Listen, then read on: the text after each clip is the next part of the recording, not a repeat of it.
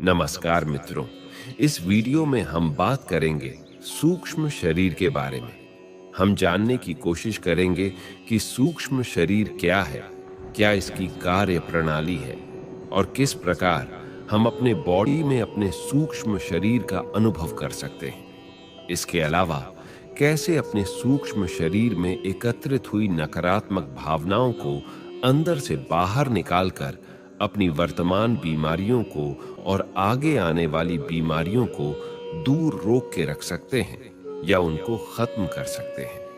और साथ ही हम बात करेंगे कि कैसे हम अपने सूक्ष्म शरीर को विकसित कर सकते हैं और कैसे अपने शरीर में शारीरिक, मानसिक, भावनात्मक और अध्यात्म से जुड़े हुए लाभों को प्राप्त कर सकते हैं।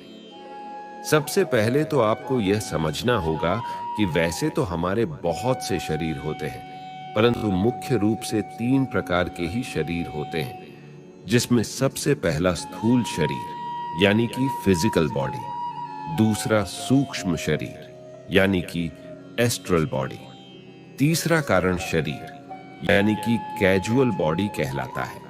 हमारा स्थूल शरीर यानी कि जो शरीर वर्तमान में हमें नजर आता है या जो हम आईने में अपने शरीर को देखते हैं, वह शरीर 5 तत्वों से बना हुआ है। लेकिन जो हमारा सूक्ष्म शरीर है वह हमारे प्राणों से बना है यानी एनर्जी से बना हुआ है। और तीसरा जो कारण शरीर है वह सूक्ष्म तरंगों से बना हुआ है। हमारी फिजिकल बॉडी यानी स्थूल शरीर दृश्यमान है जो कि हमें दिखाई पड़ती है, लेकिन सूक्ष्म शरीर और कारण शरीर अदृश्य हैं। यह हमें दिखाई नहीं पड़ते, लेकिन हम इनको अनुभव जरूर कर सकते हैं।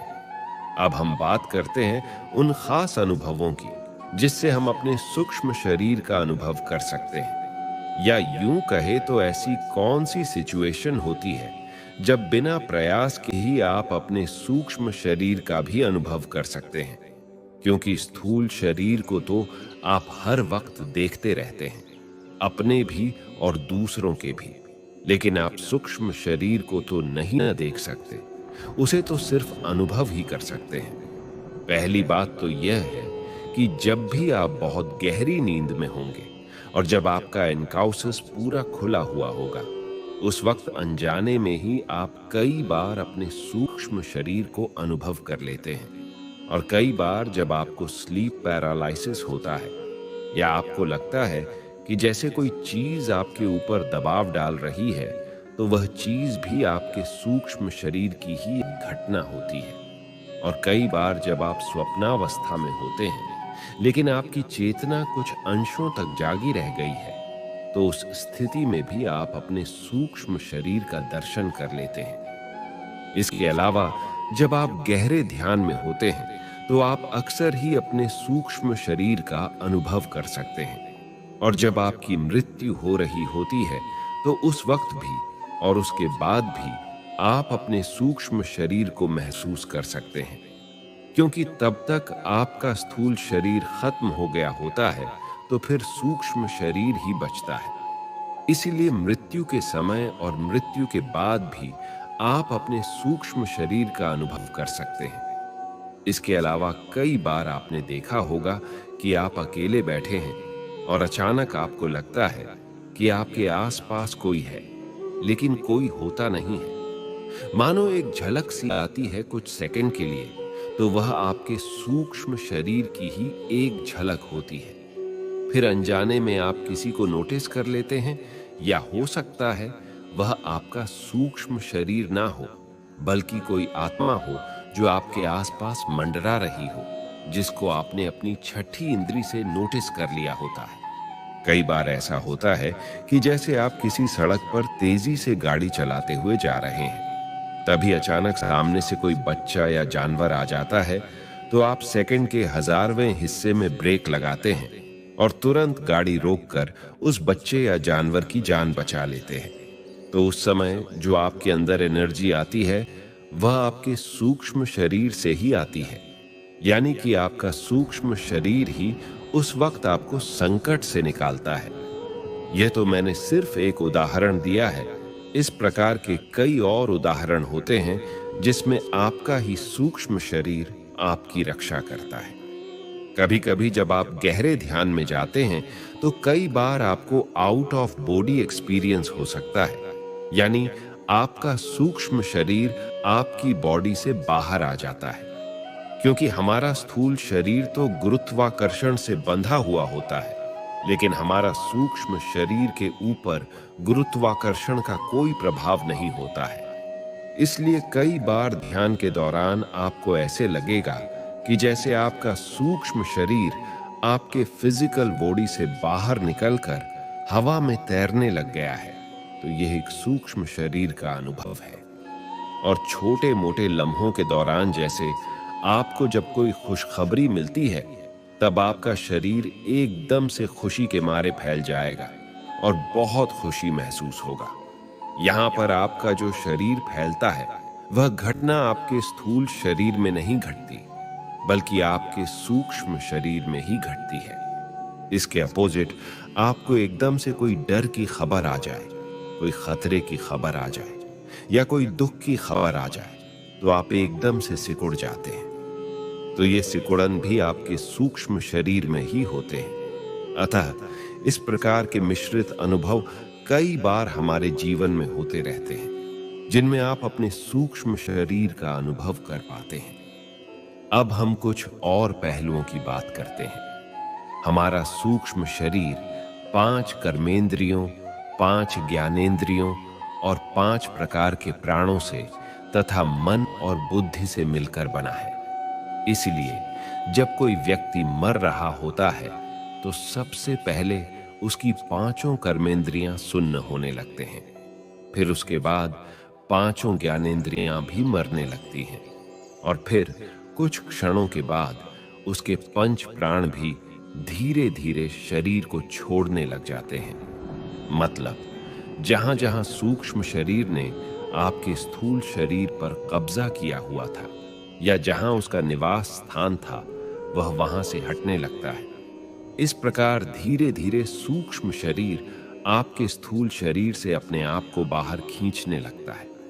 अतः जब व्यक्ति की मृत्यु होती है तो हमारा भौतिक शरीर राख बन जाता है, लेकिन हमारा सूक्ष्म शरीर आत्मा के रूप में नए जन्म की तलाश में आगे की ओर निकल पड़ता है। स्थूल शरीर की मृत्यु के पश्चात हमारी इस जन्म की और पिछले जन्म के जितने भी संस्कार, आदतें, विचार, इच्छाएं, कामनाएं, वासनाएं और भावनाएं होते हैं, ये सभी चीजें बीज के रूप में हमारे सूक्ष्म शरीर में ही संग्रहित रहते हैं। यानी कि हमारा भौतिक शरीर तो मर जाता है, लेकिन हमारी वासनाएं, इच्छाएं नहीं मरती। फिर इन्हीं इच्छाओं और वासनाओं के अधीन होकर हमारा सूक्ष्म शरीर अगले जन्म की तैयारी में लग जाता है और अगला जन्म इन्हीं इच्छाओं के कारण वैसा ही शरीर ले लेता है। आपने कभी कभी ऐसा महसूस किया होगा कि जब आप छोटे से बड़े हो रहे होते हैं तो आपके अंदर कुछ ऐसे विचार उठने शुरू हो जाते हैं या ऐसी भावनाएं उठनी शुरू हो जाती हैं जिनका आपके इस वर्तमान समय में कोई जुड़ाव नजर नहीं आता कि ये चीजें आपके अंदर कहां से आई हैं। ये सारी चीजें आपके पिछले जन्म से आपके अंदर आई हुई हैं और अब वह दोबारा जिंदा हो रही हैं आपके अंदर। उदाहरण के लिए, अगर आप अपने पिछले जन्म में साधु संत थे या कोई पुजारी थे, तो इस जन्म में आप मंदिर की ओर आकर्षित होंगे या किसी आश्रम की ओर आकर्षित होंगे। ऐसा इसलिए होता है क्योंकि उनका संबंध आपके पिछले जन्म के भावनाओं से जुड़ा हुआ है और वही भावनाएं आपके अंदर दोबारा से जिंदा हो जाती हैं। इसीलिए तो कहते हैं इंसान कभी नहीं मरता है, मरता है तो सिर्फ शरीर ही। उसकी आत्मा हमेशा जिंदा रहती है, बस उसका शरीर बदल जाता है। और न केवल पिछले जन्म में बल्कि वर्तमान में भी जो जन्म अभी आप जी रहे हैं, इसमें भी यह प्रक्रिया जारी रहती है।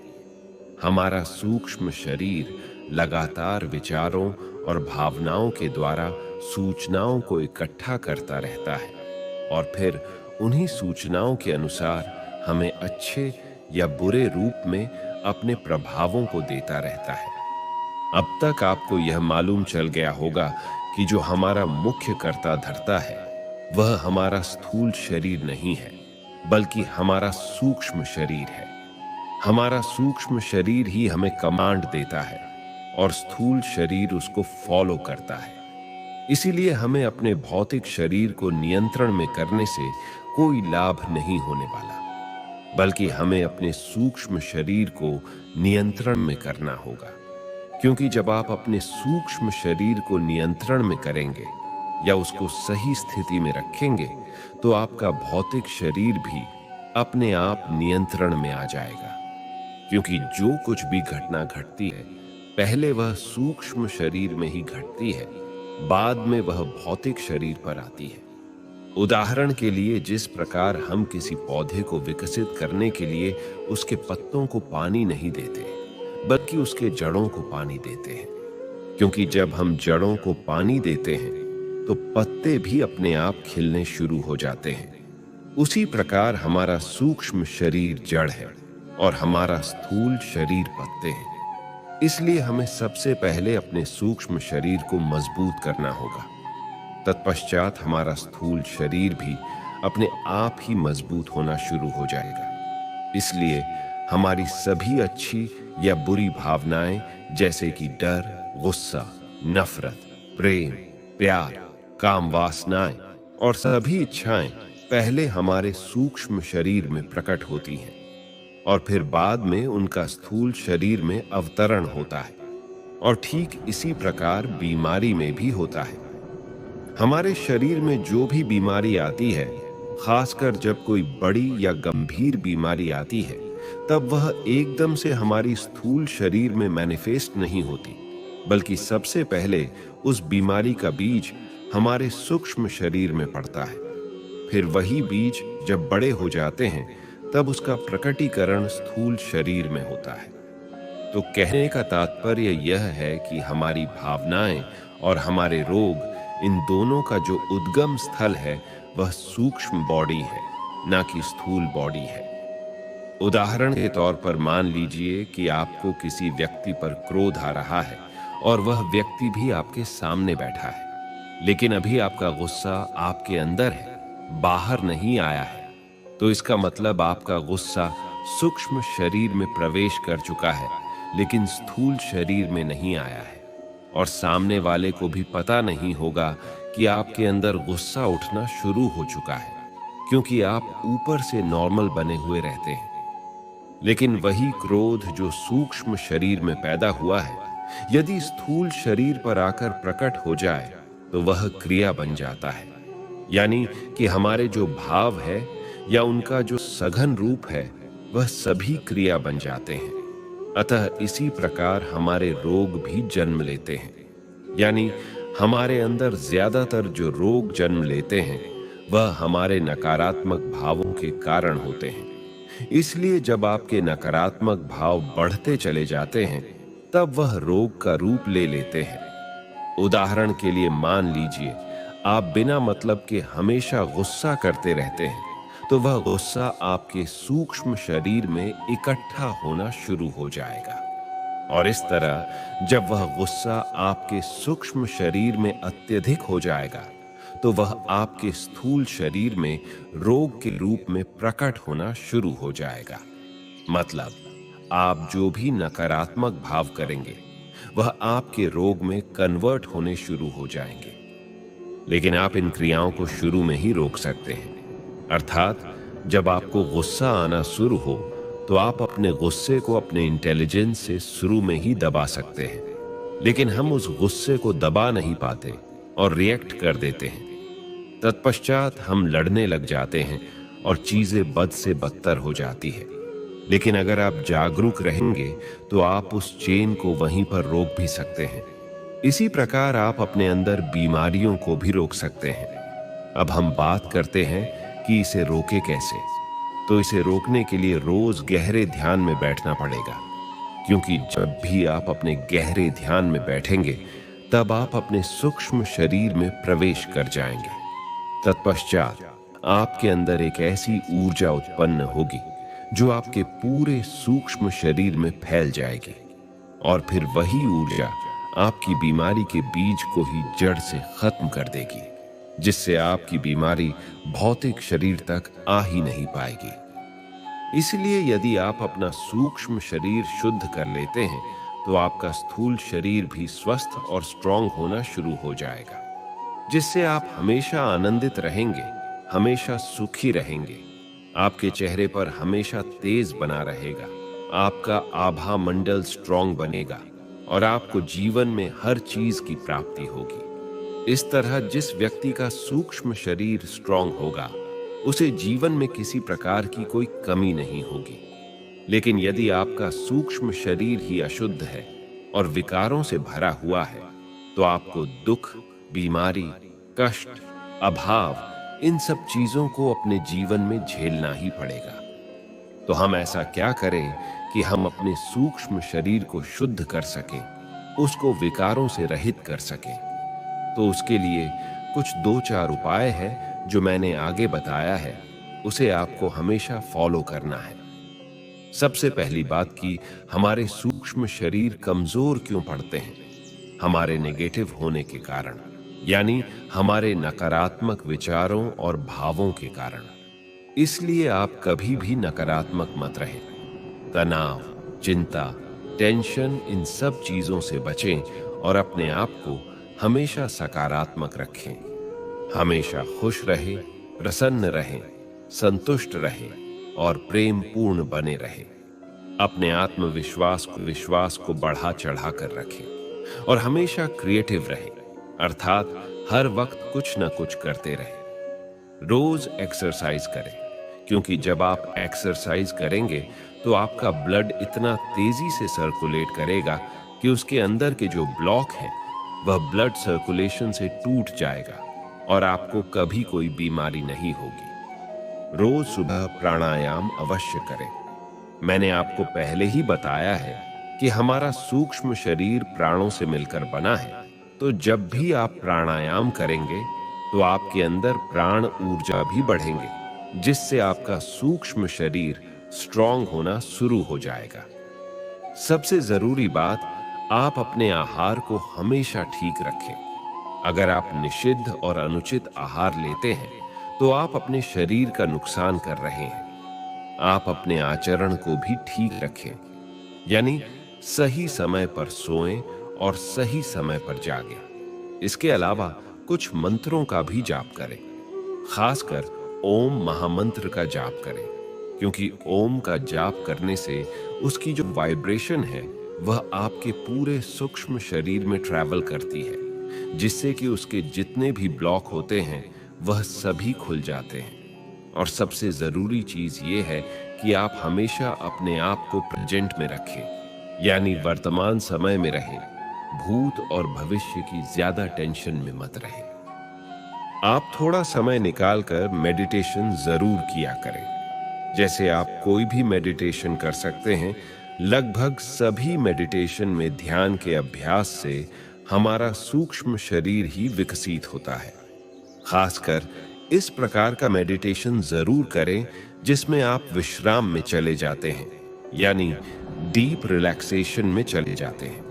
क्योंकि जब आप डीप रिलैक्सेशन में जाते हैं तो आपका स्थूल शरीर बिल्कुल गतिहीन हो जाएगा या जड़ हो जाएगा और आपके विचार बिल्कुल शांत हो जाएंगे, जिससे आपकी ऊर्जा की जो लीकेज है वह बंद हो जाएगी। फिर वही ऊर्जा जो पहले लीक हो रही थी, वह सारी ऊर्जा फिर से आपकी सूक्ष्म शरीर को उपलब्ध होनी शुरू हो जाएगी, जिससे आपका सूक्ष्म शरीर विकसित होना शुरू हो जाएगा। इस वीडियो में दी गई जानकारी आपको कैसी लगी, हमें कमेंट बॉक्स में जरूर लिखें। ऐसी ही ज्ञानवर्धक वीडियो देखने के लिए हमारे चैनल को लाइक, शेयर और सब्सक्राइब करें। धन्यवाद।